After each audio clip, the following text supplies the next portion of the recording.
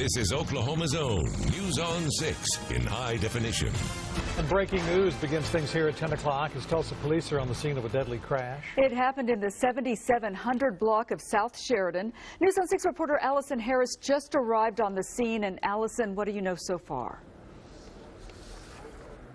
Scott and Terry, police are not releasing the man's identity and say he has no forms of identification on him. Police say around 8:30 tonight, a driver was heading northbound on Sheridan near 81st and Sheridan when he hit a man standing in the street.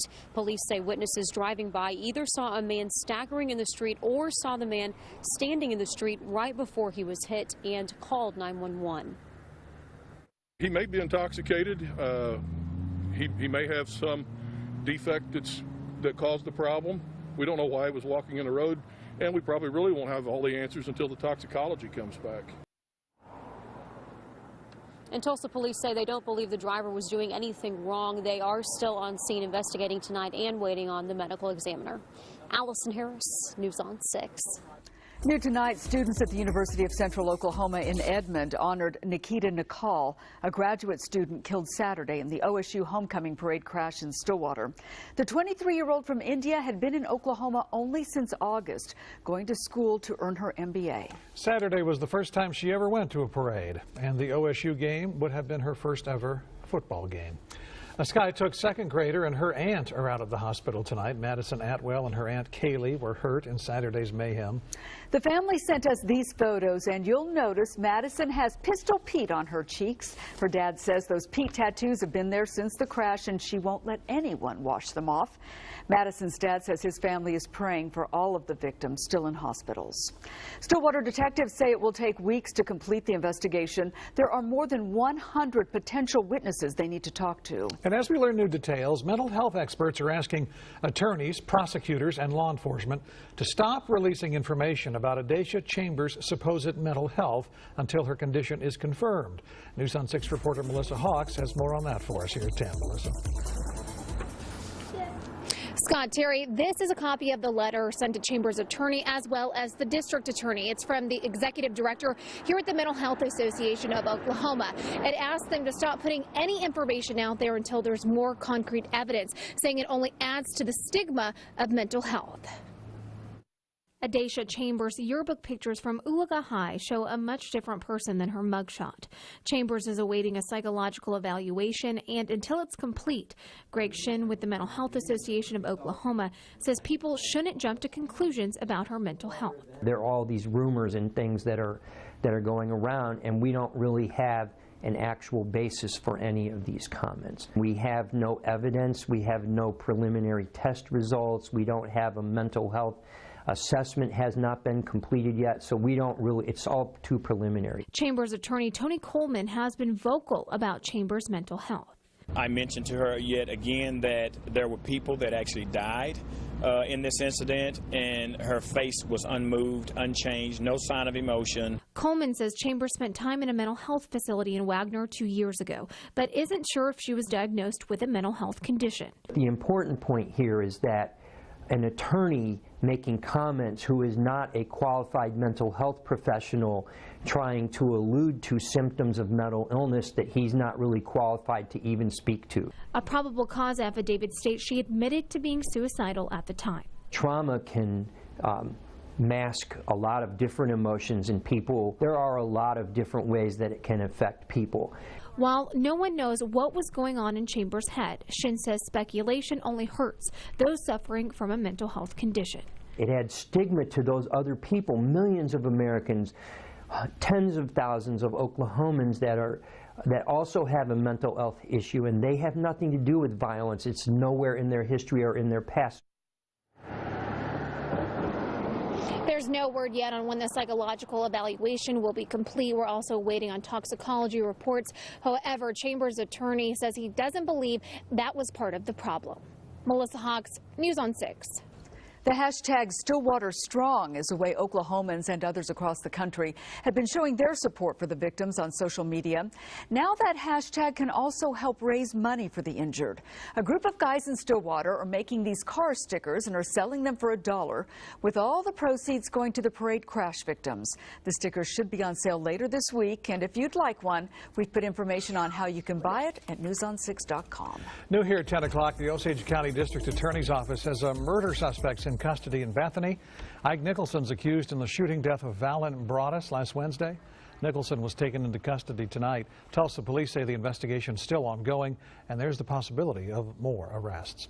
New information tonight about an unsolved murder that Tulsa's lead homicide detective says is unlike any other.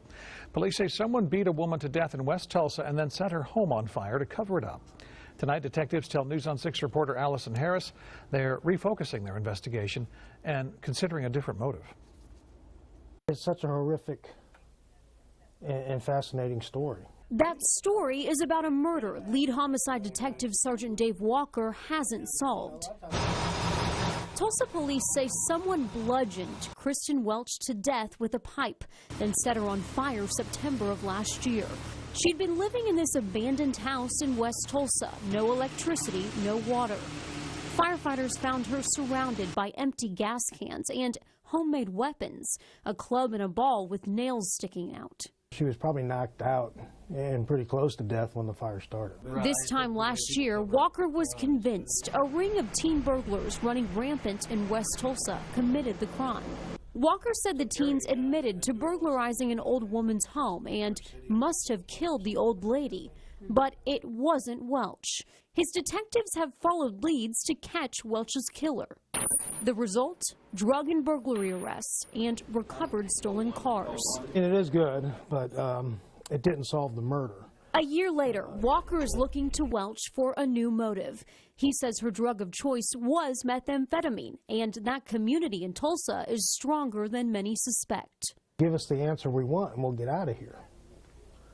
This group has not given us the answer we want, so we keep picking at them, and eventually we'll get there. But how long that takes, I don't know. Walker says Welch has ties to Claremore, Verdigris, and towns out east, where he's now looking. To be honest with you, I don't know that we've kicked the right rock. Allison Harris.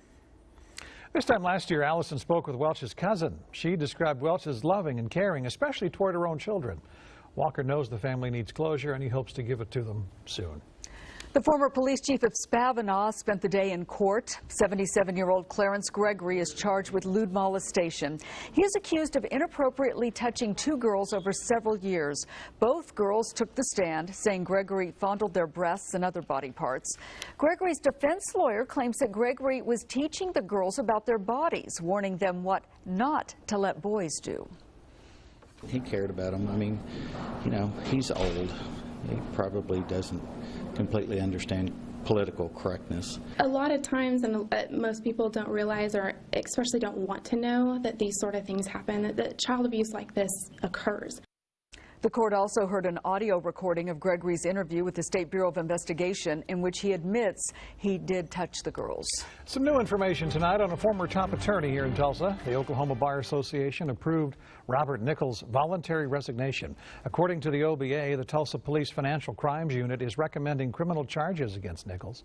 Once considered one of Green Country's top attorneys, Nichols is accused of stealing thousands of dollars from his clients. New tonight, Tulsa Public Schools is looking ahead to what it wants to accomplish over the next 5 years.